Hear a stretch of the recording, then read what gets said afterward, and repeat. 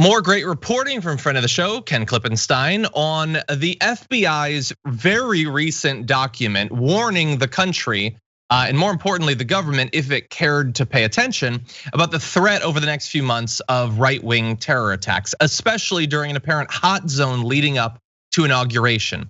So understand this is gonna come as a shock to someone like Donald Trump, who said at the debate, almost everything I see is from the left wing, not the right wing. But I'll tell you what, somebody's got to do something about Antifa and the left, because this is not a right wing problem. This is a left wing problem. Well, that's what he says. The FBI apparently says something different. So in documentation exclusively obtained by The Nation and Ken Klippenstein, titled Boogaloo adherents likely increasing anti-government violent rhetoric and activities, increasing domestic violence extremist threat in the FBI Dallas area of responsibility. That's the title, by the way. It really tells the story by itself. It warns of the threat posed by those Boogaloo boys that have already committed acts of violence around the country, draws on a wide array of intelligence sources, making specific mention of human sources, sort of implying that the FBI might have people embedded inside of the Boogaloo boys. And basically, we're not gonna read the entire thing, but over the next 3 months, the FBI Dallas office judges that continuing up until inauguration, Boogaloo adherents likely will expand their influence in that area of responsibility, sort of playing on existing anti-government or anti-authority violent extremists, the perceived government overreach having to do with COVID-19 and things like that, and that they will continue to try to take peaceful protests and turn them into sort of spark acts of violence. So very important that everybody know about this, because this isn't something that you heard at the debate. You heard that it's all the left wing or whatever, but according to the FBI, that is not what they're worried about over the next few months. Right. Well, and the proof's in the pudding. I mean, these people have already historically have committed acts of violence, and they have strong feelings in regards to what's happening in our country. I'm not surprised by this. Going back to what Trump said about it's the left being the problem here. I feel, and I could be wrong, this is my own opinion, but I feel like the left has been very reactionary as to what has been to actions that come before the actions that we have taken in regards to the state of our country, Black Lives Matter, you name it, everything that we have been through in the last 4 years, I feel like has been a reaction to an action taken against us. I wouldn't be surprised if we see an uptick in more, not just with groups like this, but in other parts of the country, with groups doing and trying to cause trouble and enact violence and incite hate, leading up to the election and also leading up to the inauguration in January, because it's like we're at a fever pitch now, right? It's like Charlottesville and all these things that have been like the precursors. I say time and time again, winter's coming. I'm fearful for something very dire to happen within the next 90 days. And again, that's just me going down the rabbit hole of my crazy mind. But if the FBI is saying, and the FBI, look, they're a governmental agency. I'm sure they have informants. We've seen movies where there's many a movie about where the FBI has informants in places to infiltrate these negative groups and to infiltrate the enemy and espionage and all that. But I wouldn't put it past them to have informants that are feeding them info that is actually accurate. That is accurate. Yeah. Right. So who knows? I mean, who knows, man? I mean, look, this year, as people know from past appearances of yours on the show, I have a newfound respect for your spider sense about danger, because you got the pandemic a lot better than I did before it had really hit the US.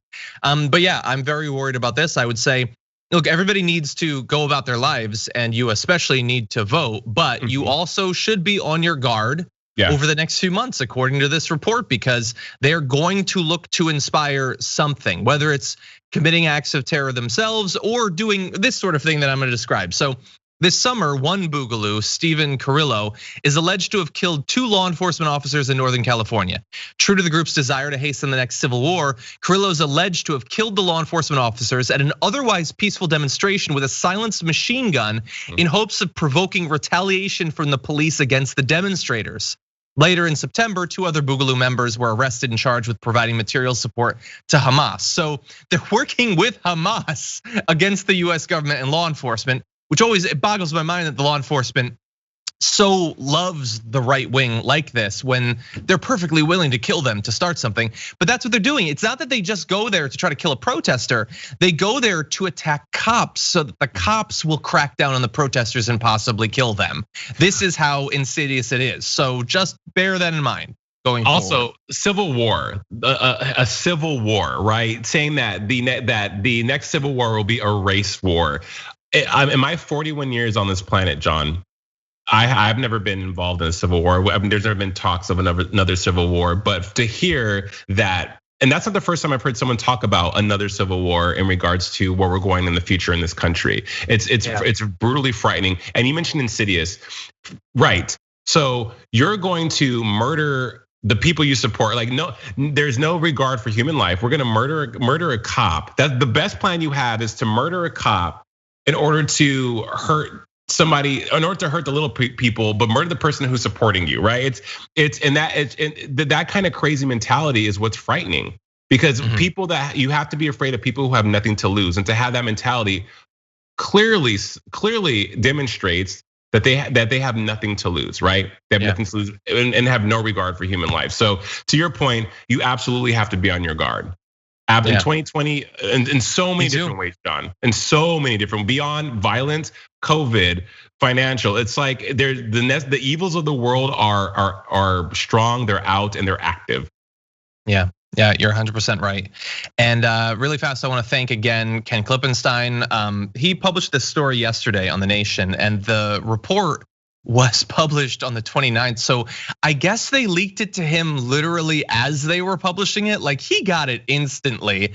And so he apparently has a lot of sources. He probably doesn't even need any more. But if you do work for the government, if you are in one of these organizations and you want to help him out, ask Ken Klippenstein if leaking is right for you. You can text him at the number you're seeing on the screen, 202-510-1268 via Signal Now. He breaks more stories than the vast majority of reporters, and somehow isn't a big political media figure. I don't understand it. He does great work. He deserves way more credit than he currently gets, but inevitably, his star is on the rise. So you heard it here first, and you heard about the FBI first from him.